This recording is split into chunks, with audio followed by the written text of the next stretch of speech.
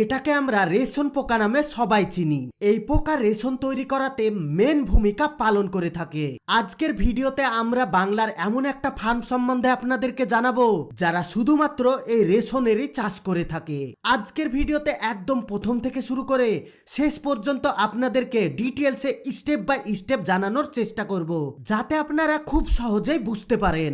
রেশম চাষ করার জন্য সর্বপ্রথমে এর ডিমের চাষ করা হয়, আর এই ডিম কোথায় পাওয়া যায় আর কিভাবে সংগ্রহ করা হয় সে বিষয়ে আমরা একটু পরে কথা বলছি।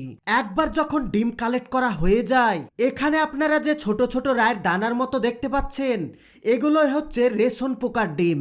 এবার সময় এগুলো থেকে লার্ভা তৈরি করার। এই ডিম কিন্তু যে কোনো জায়গায় হ্যাচিং করা সম্ভব না, তার জন্য দরকার পড়ে অন্ধকার স্যাঁতসেঁতে জায়গা, আর যেখানকার তাপমাত্রা সব সময় নর্মাল থাকে। তাছাড়া সেই জায়গায় যেন হালকা হালকা লাইটও আসে। ডিমের কোয়ালিটি